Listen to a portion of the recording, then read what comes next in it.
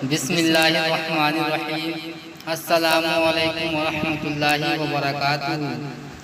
تمام دوستوں کو رسول عربی چینل کی جانب سے خوش آمدید۔ کیا فرماتے ہیں علماء کرام اس مسئلہ کے بارے میں کہ قربانی کے جانور کے اگر دانت نہ ہوں تو قربانی ہوگی یا نہیں؟ جواب عنایت فرمائے۔ الجواب بعون الملک الوہاب۔ حلال جانور کی قربانی درست ہونے کے لیے قربانی کی عمر کا ہونا شرط ہے، نہ کہ دانت کا ہونا۔ حوالہ رد المختار جلد پنجم، حوالہ ثانی فتاوی فیض الرسول جلد دوم، محفوظ از ضیاء شریعت جلد اول صفحہ نمبر 110۔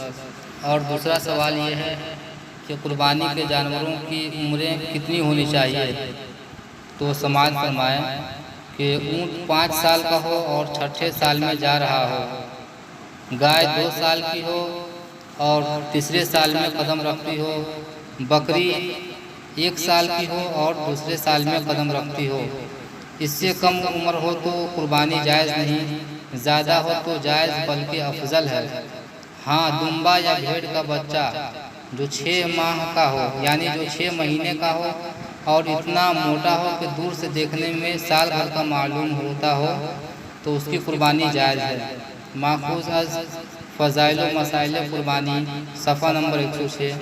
واللہ ورسولہ اعلم بالصواب۔